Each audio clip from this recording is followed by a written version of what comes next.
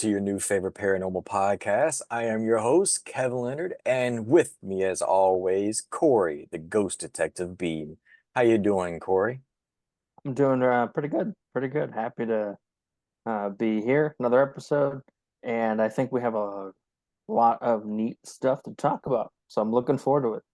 Yeah, today we're going to be talking about some famous paranormal footage that was caught on camera, that's been making the rounds through past century, some more recent on ghost hunters, ghost adventures, just some evidence that we thought was cool.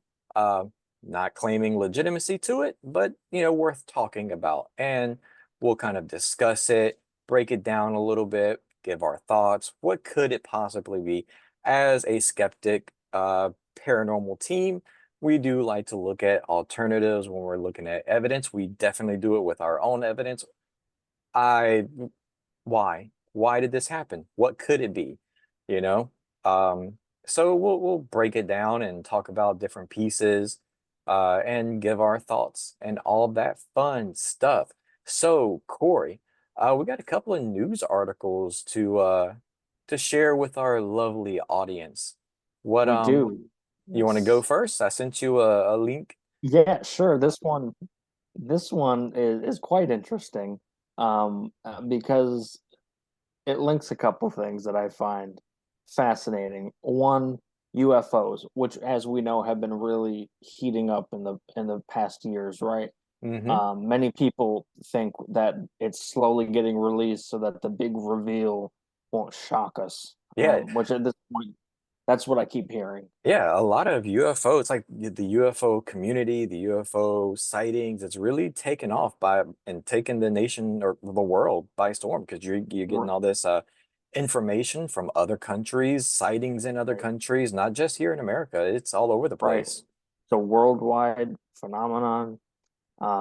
I think we all are, and honestly, we could talk about because this person is a big part of the story. David Grush. I don't know if you remember him, but he came, to the Senate Intelligence Committee and pretty much talked about non-human biologics. We all remember that spiel, Hmm. and all that. That whole thing that happened. Well, he also was talking about how the Vatican has many secrets regarding UFOs. And this is also backed by Diana Walsh, who I'm not even going to try to pronounce the last name, but she's a religious studies professor at the University of North Carolina, Wilmington.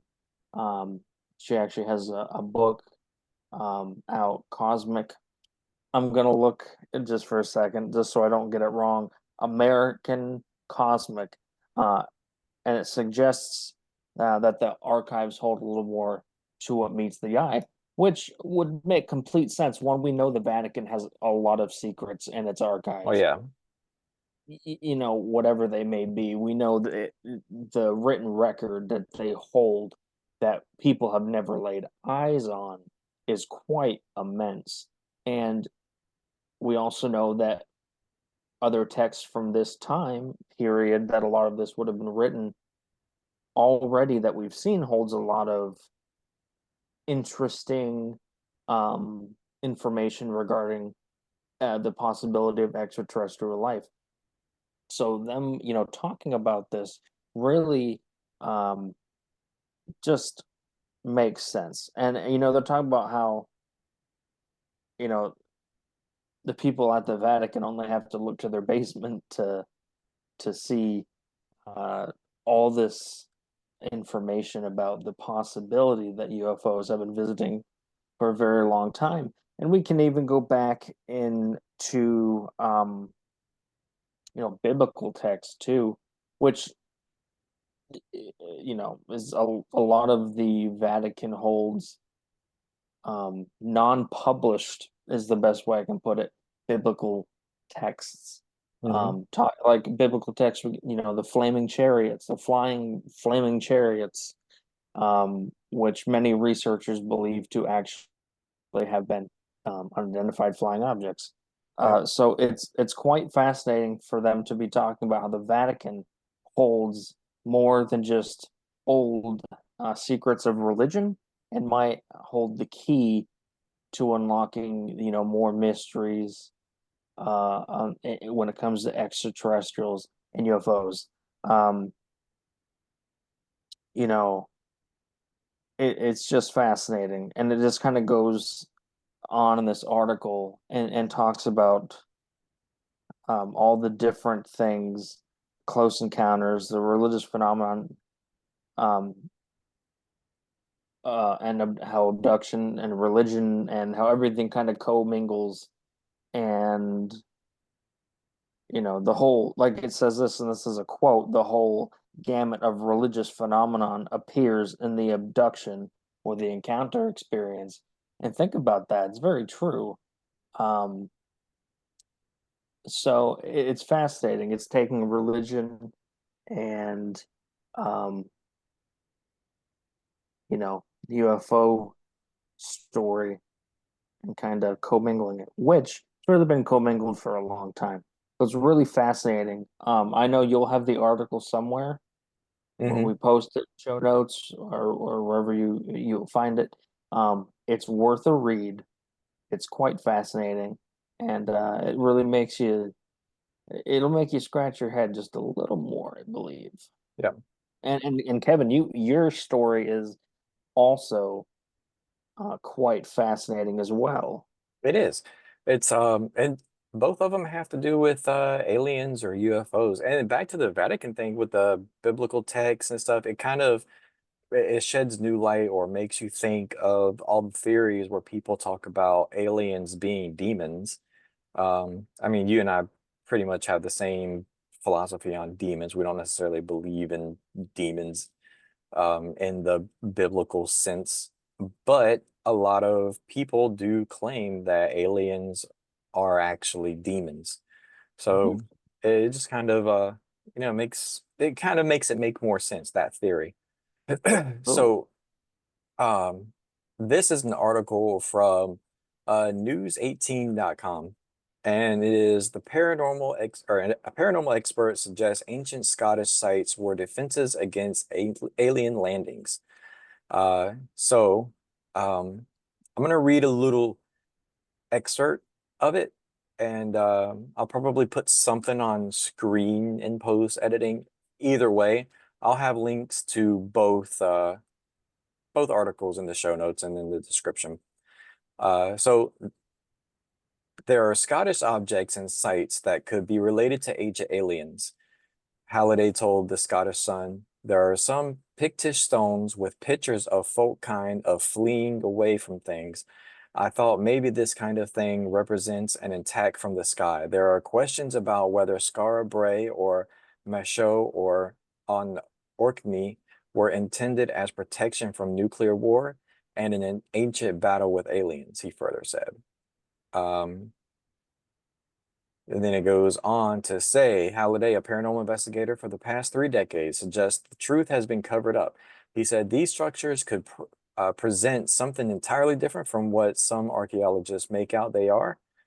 In my mind, the background to some of these ancient structures has never been satisfactorily explained. He also speculates that the Brooks stone towers may be related to alien invaders and thinks the puzzle surrounding their origins are similar to the construction of the pyramids. These could be signals to aliens to attract their attention or to recognize that we knew there were aliens out there and that we had been visited by them. There is piles of speculation about it, so here's another possible explanation. These things may have been built to signify, attract, or defend or protect.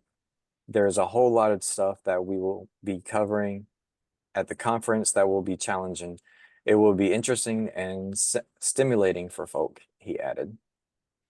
Uh, don't know what conference he's talking about, but that's pretty interesting. I'm going to suggest that it's over in Scotland, but yeah, the images that are on the site, again, I'll try to put images of it over us here. But either way, I'll have the link to the article down in the show notes and the description. but it looks like if you can think of like the bunkers from like World War II, where they had like the guns where they were like protecting like the shores or whatnot, like the beaches of Normandy where they had like the bunkers with like the guns out. That's basically what this looks like, but way more ancient. Um, so that's really cool. I mean, because you have like a lot of like cave art and from all over the world, people that had no idea what aliens or UFO in the modern sense were. And you could see these images depicting what looks like what we describe as UFOs and alien craft hundreds of years ago in like prehistory times, just perfectly drawn out over these caves, alien beings interacting with humans or whatnot. So is it possible that there was like maybe a battle in the sky that our ancient ancestors witnessed and protected themselves with underground bunkers, like ancient fallout shelters? Um, I think it's really interesting. It's really cool what people discover that link ancient times with something of the paranormal. It is kind of fascinating, isn't it? Um, and if I, now correct me if I'm wrong, there has been theories throughout the years too that things like Stonehenge have something to do Yeah. with some kind of ancient alien activity too. Or like some sort of Um, navigational tool for them to use. Same with right. the pyramids. The pyramids still, just the fact that those things were built. I'm not gonna be. I understand pulley systems and having 20,000 Israelites helps, but Yeah. I would love to see them try to recreate it. I'm just Yeah. saying. It'd be fascinating, but it makes a lot of sense if we had. I mean, it, if we had a race of aliens that were protecting us who had gotten to a war with maybe a race of aliens that didn't like us as much, and our ancestors witnessed something like that, yeah, I could see them feeling the need to protect themselves. I would even go further and say maybe our ancestors could have even communicated with the aliens told them what to do to protect themselves. Hmm. But it's quite fascinating. Yeah, that's really really cool. Kind of ties in both articles. Kind of tie in um, with ancient Yeah. is the ancient the past to look towards the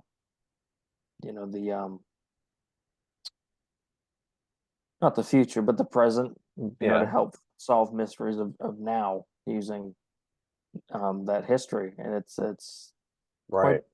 quite cool. I Yeah. love history anyway, so Yeah. And like what it would be like to just kind of browse the Vatican's library for oh 5 gosh. minutes. Well, one, I wouldn't be able to read anything in there, Oh, yeah, but just to kind but of be around that just to history and I if can you could read imagine. it, the I, information that it holds. The oh, same with absolutely. like the library at what is it? Is it at the Pentagon or Library of Congress yeah, the the hidden one that, or those we ones. don't Yeah, know about. yeah, sure. Oh, I mean, 100%. I guarantee you, if you were in the Vatican basement alone down there, it would be a freaky feeling. oh yeah. I just, I think I get that from.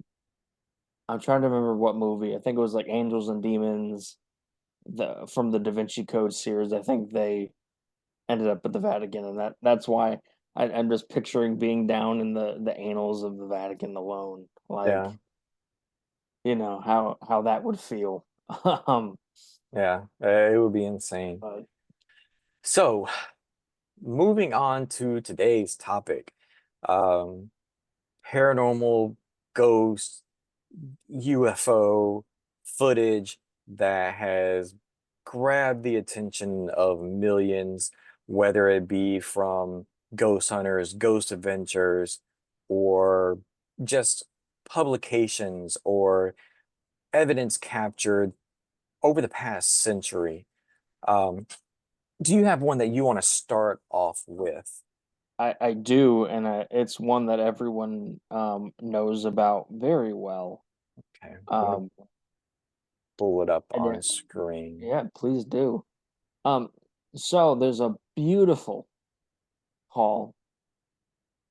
Now, this that you're seeing on screen is supposedly the beautiful Brown Lady of Raynham Hall. This is in Norfolk, England. This picture was taken in 1936, originally for a magazine. Um, and apparently, the photograph was taken after one of the photographers that was there saw the lady on the stairs. Now, this is supposedly the spirit of Lady Dorothy Walpole, who was a lady of the house in the 1700s, and she was mistreated pretty badly. And apparently, to this day, haunts this location. So we're looking at a picture from 1936, one of the first quote unquote viable ghost, Hmm. um, you know, photos ever taken. We were, we're going on almost 90 years old now. Right, almost a Um, 100 years old. I mean, That's that's crazy. and this is before the days of Photoshop and film editing, but we'll get into some altercations that could possibly happen, or what it. We'll get into the thoughts on it. But I mean, whether you think this is real or not, it's historic in Hmm. the paranormal field. I remember it was a book. It was back in seventh grade, and it was a series of books that were in my reading class. It was little short little things, but one was aliens, one was ghosts, and this picture was one of the first ones in the ghosts book. Yeah, Um, yeah. and people I will probably be talking about it for a while. I was talking to Tracy earlier about this image when we were talking about today's topic, and uh, what I pointed out that this image in particular has been on the cover of several books about the paranormal. Yes, yeah, you could probably say this is the most well-known Hmm. photo ever taken of a supposed spirit. If you're an Yeah, investigator or an enthusiast in the paranormal in any way, you you've know this seen photo. this. Yep. Um, uh, and yeah, and it's quite interesting. Um, the whole backstory behind Dorothy Walpole and how she was mistreated. If you ever get the time to look into the history there, it's quite a fascinating tale that even involves the first ever prime minister of England. Yep. So quite fascinating. Um, however, however, even though we didn't have Photoshop, we had ways, Yep. and even in 1936. So most people say that this photo is a double exposure. Double exposure. That's my thought on it. Yeah, I me too. want this to be real. Oh, yeah, absolutely. I want this to be. I want every piece of evidence to be real, Right, to be honest. I mean, who doesn't? right. I mean, I want there to be truth. And as just like you said, I agree 110% with everything you said. This would be on a Mount Rushmore of paranormal evidence, real or fake. It's on that. It's the most important, probably one of the most important pieces of ghost footage or ghost images, um, because it for years it has captured the imagination of many, uh, got people before the days of ghost hunters, before the days of ghost adventures, before the days of the X-Files, has gotten people interested in the paranormal, Yeah, well, because well, it begs that question: what is this? yep, Why? And I feel like that those two questions uh go it fuels the paranormal field. It's what is that? Why? It makes you ask questions, and it brings out that inquisitive nature, that investigative nature that a lot of people have, that everyone has, I think.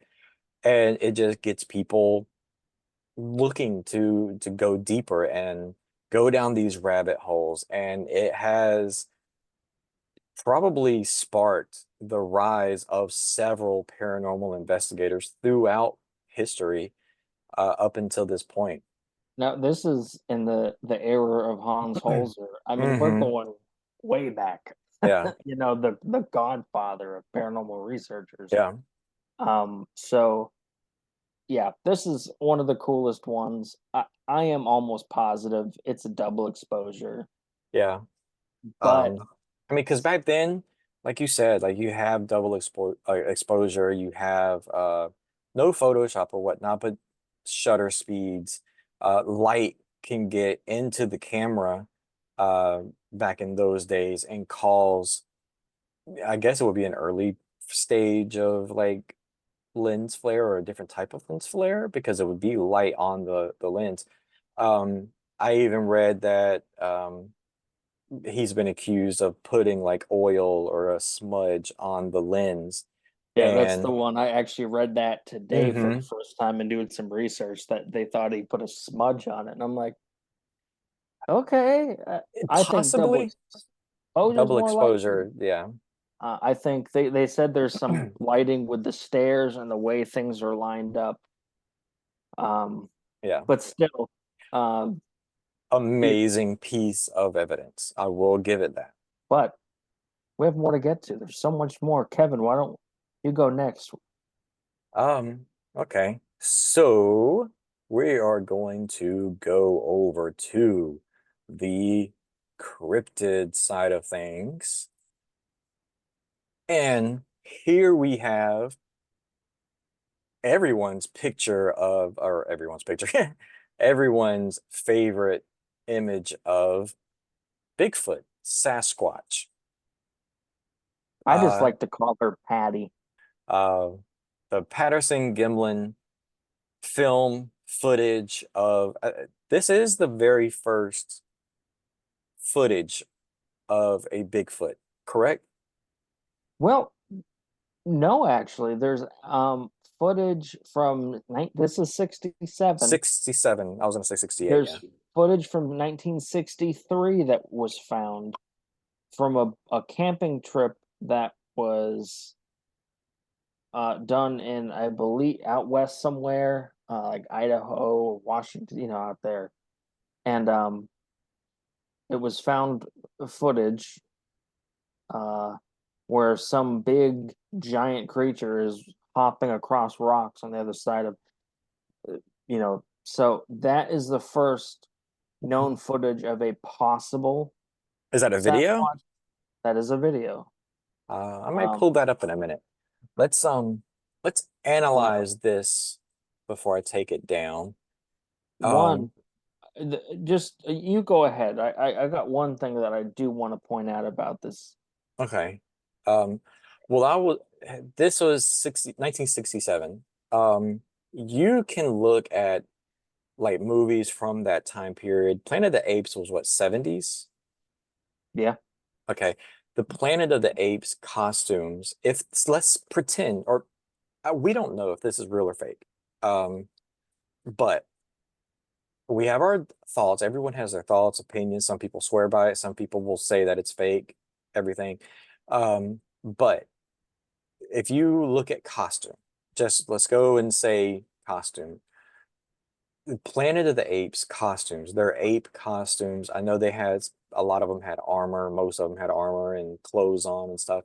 But just the ape outfit itself, nothing looks this good as far as costumes, even like high dollar movie budget costumes of that era, to me, doesn't look this good. Um, Yeah. I mean, just like the motion, the way it walks in the film, the way it's kind of leaned over, the details here. That's my big thing is the details right there where you just had your arrows, which is why we think this would be a female, is Hmm. there do seem to be possible breasts.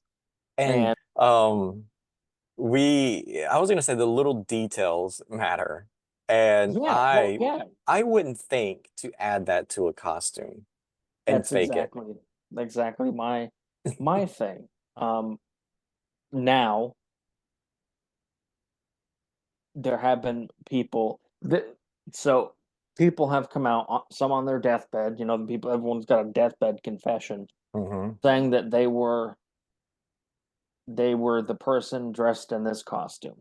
Yeah, Okay, well, and that's possible. I'm not going to say that this is definitely not someone. right, I can't. And you know what? There's only one person that I know of currently on this planet that knows, and that's Bob Gimlin himself. right, You know, Patterson uh, passed away in the '70s. I mean, he's been passed away for a very long time. right, So, I've watched so many documentaries of people looking at this film. In the video, you can almost see muscle movement. I mean, it's interesting. right. Uh, and I'm so 50-50 on whether that's real or not. I can't say either way. It's just, it's almost like the brown lady in the aspect of its historical significance, whether it's real or not, kind of outweighs. I mean, Right. it's just in the annals of history in general that this film will be remembered. I'm gonna try to keep the clip short so we don't get copyright strike. We don't want no copyright. So this is what we're gonna do. Yes, All right. that was his name. Okay.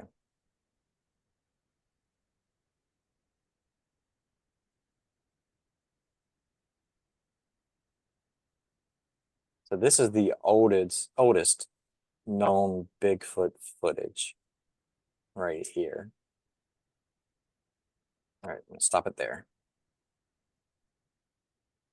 So, but yeah, so I mean, it's another one. It's hard to say.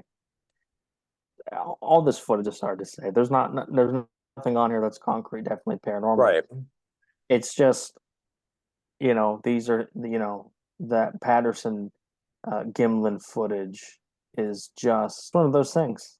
It is. That it is a thing, and it'll be a mystery forever. Until one day that they prove, they'll never completely disprove, but if they prove Sasquatch is being real, then it'll probably really shift public opinion on the film. But Yeah. um, nonetheless, cool. Well, there's a lot of different lights phenomenon, right? Um, One that you just showed me that I did not know about, but Yeah. you know, the Phoenix lights. I think most people at this point know about the Phoenix lights. Um, Happened in 1997, and you guessed it, Phoenix. Phoenix, Pretty Arizona. good old Phoenix, Arizona. Quite fascinating. Uh, you have this huge city, and all these people see the same. Well, there were two sets of lights. You had sets of lights around 7 o'clock, and then a little after 10, another set. And it's really hard to say, and almost impossible to tell really what they are. Um, there's all got everything from secret military activity to flares. I don't think they're flares. Flares don't make any sense. Sadly, we can't show it because everything is, especially, I don't know why the Phoenix Lights footage, everything is so copyrighted on that Yeah. stuff. The small amount of footage that there is, but that's one of my favorite I'll try ones. to find a still image and put over this segment to kind of give people and hope for the best. But that's the Phoenix Lights were one. Now, I tend to think a lot of things that we see in the night sky that we can't explain is military activity. Yeah, That we know around Area 51, they were testing all kinds of aircraft for decades, yeah, and that we found were causing a lot of UFO sightings. So I still believe a lot of the stuff that we're seeing is just classified stuff that we haven't seen before. The Phoenix Lights, it's definitely possible that's the case for them too. yeah. But once again, I'm not 50-50 on that one. That's more like a 90-10. It's probably something not extraterrestrial. I just feel like if I'm an extraterrestrial, why am I going to fly my ship right over a city of, I don't know exactly the population of Phoenix, but it's quite populated. Yeah, I mean, but then again, on the other hand, you have, why not? I mean, if I'm an extraterrestrial, I'm going to fly over the most populated cities to kind of, hey, I'm here, or here's a warning. But I guess really it's not no harm to them because, if they have the technology that they have, nothing we're going to do is going to hurt them. Right. Um, Yeah, so, I was reading something the other day about, I forgot what it was, but it had something to do with like UFOs or alien technology is believed to be disarming nuclear warheads and stuff. well, And if maybe they they'll can, help world peace. maybe, but I mean, if they could do that, just imagine what else they can do? There was one that you had that was the over in North Carolina, was it? Yeah, yeah, my good old home state of North Carolina, the Brown Mountain, the Brown Mountain Mountains. Lights in North Carolina. It's let me see if I can find a good image of it. Yeah, so here is like one image of the Brown Mountain Lights, and it's just lights just darting across the mountain sky.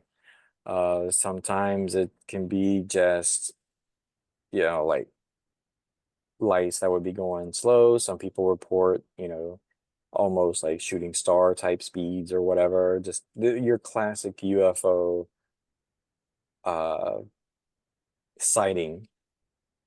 But the Brown Mountains are seemingly a hotbed of paranormal activity in general.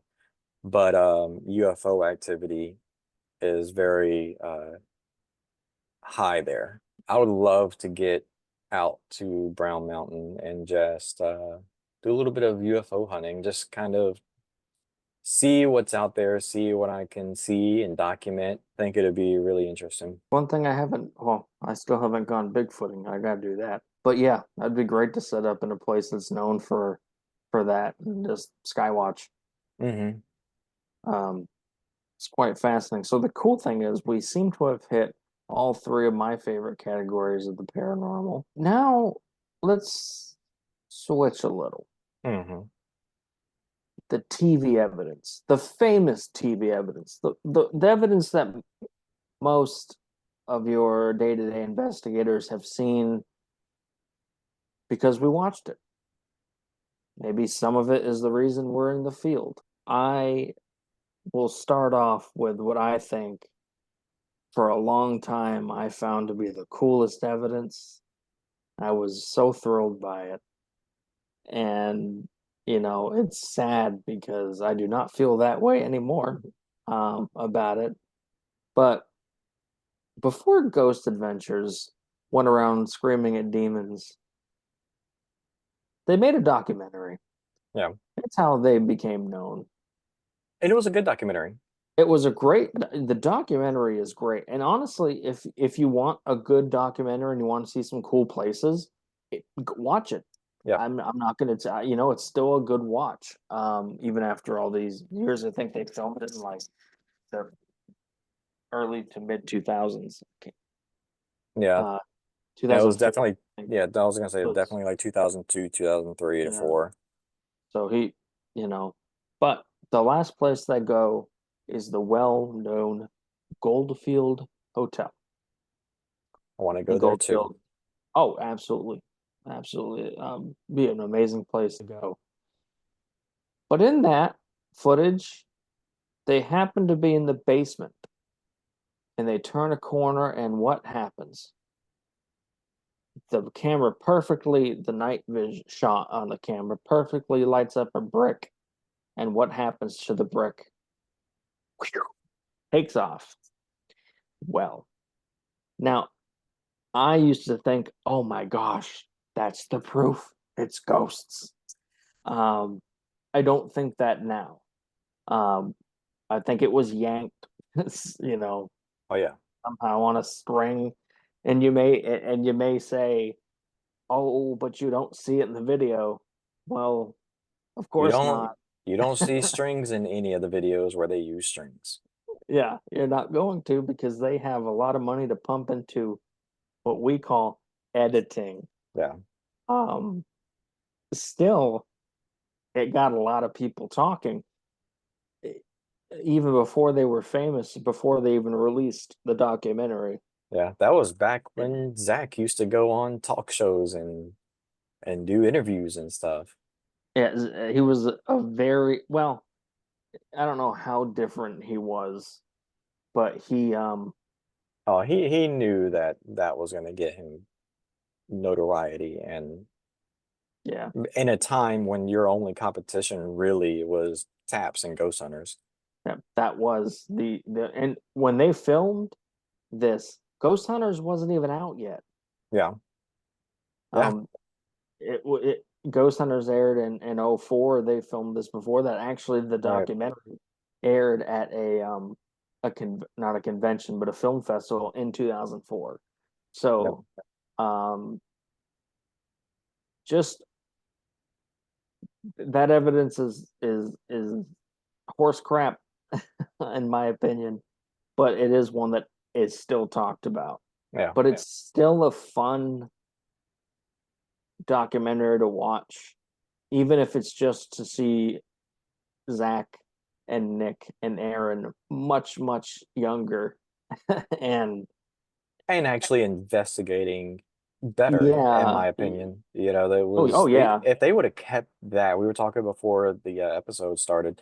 If they would have kept that investigating style, I think Ghost Adventures would have been a whole lot better of a show. I'm not wouldn't say it's a whole lot more legit, but it would be a better yeah. show. It may still I not want be to see people legit, but investigate, not scream and rip off their shirt and say, "Did you scratch me?" yeah, which is pretty much 90% of the show. So, Yeah. the documentary was well done. Um, Yeah. but that's And really all I wanted to. Oh yeah, it's I what I was gonna say, wasn't it also in the documentary with that other piece of evidence that we talked about before we started filming, where uh was that in the same location to go, or was that in that the Washoe Club? that was in the Washoe Club. Yeah, so Yeah. Nick was apparently in the building by himself, or at least in that room, that area, that floor by himself. And he's messing with the cameras, like messing with equipment, not messing with the actual camera that's filming, but he had the static camera set up, and he goes across the screen to the other side of the room, and they actually caught a shadow figure, which I think is it's the best shadow figure. I know they've caught several shadow figures since then, and so many people have caught shadow figures since then. But I think that was the most, in Zach's terms, compelling shadow figure that they caught. The most interesting to me. Um, but it blocked out the light. It didn't look like where Nick went across the room, it didn't look like a shadow that he cast because it blocked out the light and it actually looked like it had substance to it. Hmm. Do I believe in it? I feel like maybe back then I thought it was really interesting, really cool, possible, but knowing them, and I don't know them personally, but knowing them how I know them now, Yeah, it to me, it just the credibility has been lost. But like I said, I believe the last episode, I said something about Ghost Adventures back then having more credibility in those early days. They So definitely did. could it have been real? Eh? Do you think that was real? I think it comes down to um, this is on the same thing where that brick goes flying, right? So I want to, Want to you know, believe, yeah, yeah, you want to I believe. I want to I believe all want the to, evidence. but knowing the history, I don't, I Yeah, just can't, I can't, you got to throw it away. And yeah. And because we watched the footage before we started filming, and the camera quality back then was so bad. It was so grainy, but you could still see the shadow figure. But honestly, I think it could have been anything. I think it's a cool piece of evidence. Again, I think it's a cool shot, but as uh, a guilty pleasure of mine, I'll watch those, not necessarily those top fives, but like those scary videos that you see on YouTube where going into it, it's BS. And it's it's just I like watching because they're cool looking, or like, oh man, this looks interesting or whatever. But it to me falls into that category. I like it, but not enough to say that I believe in it. yeah, yeah, 100%. And I think we've talked about Ghost Adventures enough. My God, Hmm.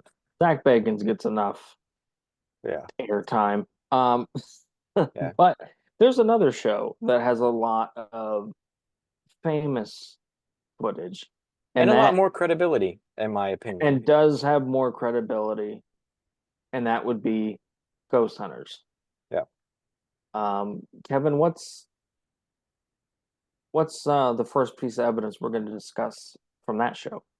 I think my favorite piece of evidence that they've caught that comes to mind, I mean, there is a lot that they've caught that again looks cool. Do I believe it? Not necessarily.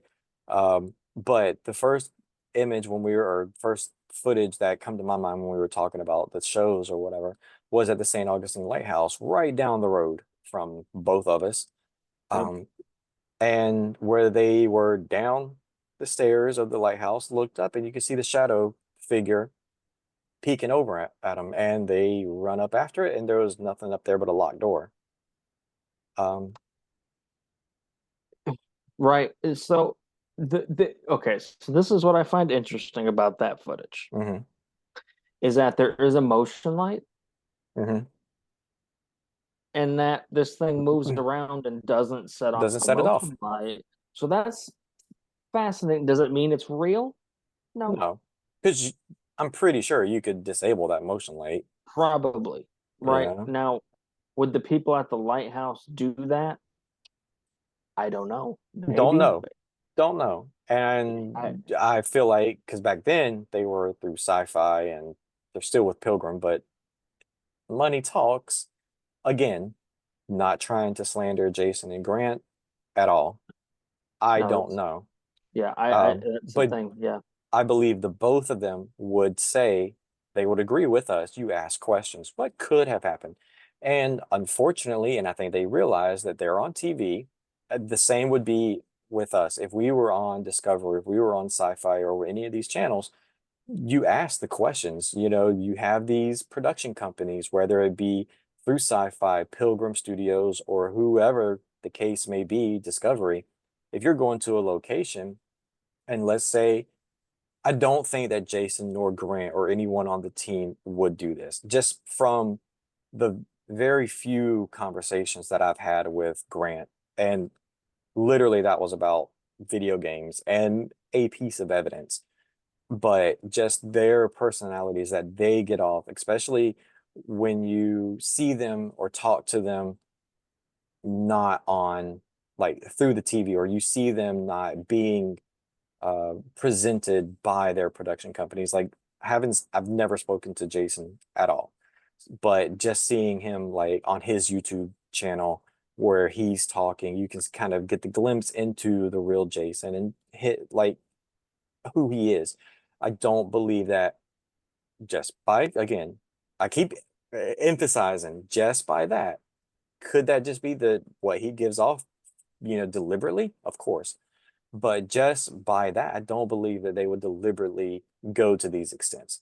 But someone from the production company could say, hey, disable that motion light. Here's X amount of dollars to do that. You know, could I have will been. say, even if Jason and Grant were in on the evidence being faked, even if I don't hate Jason for that, I don't hate Grant for that. It is what it is. It's TV. You know, I think, I don't personally know them and I'm not gonna bash them. Right. If they did know it is what it is. Doesn't mean Yeah. they're bad people. I'm just given a And possibility to describe or to disprove that motion light because I yeah. agree. There is a motion light up there, and whatever that they witnessed, look over, would have set off that motion light, but it didn't. So it's fascinating. Is it real? Who knows? You know, Yeah. you I know wasn't who kno- there.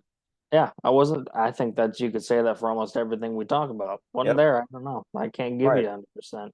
Right. Um, I think my the one that I'll bring up, and really the episode of this show that got me into the paranormal, Eastern State Penitentiary, season one, Yep. shadow figure, cell block 12, runs up to the camera and seems to get sucked back into nothing. Right. Now, I will come out right now and say I don't believe the footage is real. Right. Um, Personally, there's a part right as it gets the closest it does to the camera, it looks like a pant leg Yep. under the black. Right. To me, that instantly tells me. Now, I don't know if that was a Taps or Pilgrim thing. I Right. don't know.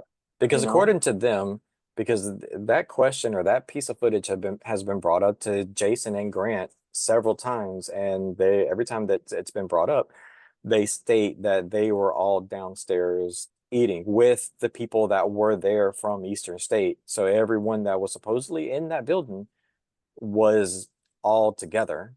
Like they right? were all eating together. So that might have been But, that's just what they say. Could there be someone that they don't even know about in the building? Yeah, it's a right, huge building. right. You never know. Could someone from Eastern State that they didn't know was there had done that? Possibly. Yeah. Am I possibly wrong and it's real? That's a Yeah. possibility too. I mean, I have talked to people. I won't say the name that was part of that team Mhm. during season one, and they confirmed to me that it is not real. Now, that also could just be disgruntled Could be former, bitterness. Yeah. you don't know. Um, and that same person also um, was iffy on the lighthouse as well. Now it's hard to say. I want it to be real. Let's say Yeah. that again. We've said that plenty through this. Yeah. You know, We want it to be real. I saw that episode and here I am many years later still loving the paranormal. So, Yeah. it's hard to say, but it's definitely in the annals of historical famous um, you know, footage. Can't Yeah. argue that fact, real or not. So, um, Kevin, I know we have a couple more. Uh, I think that's all I could think of. You have another one that you want to talk well, about before just we start wrapping up? yeah, just a couple Ghost Hunters ones, and I'll Okay. talk real quick. Okay. Both thermal camera footage. You're right. Yep. Waverly Hills, of course, when that figure on thermal runs in front of them down the hall, and that's season. Both of these are season two, actually, and the one from Eureka Springs, Arkansas. I just said the name of the hotel three times when they Crescent. were talking. Crescent. I get the Crescent Hotel in Eureka Springs.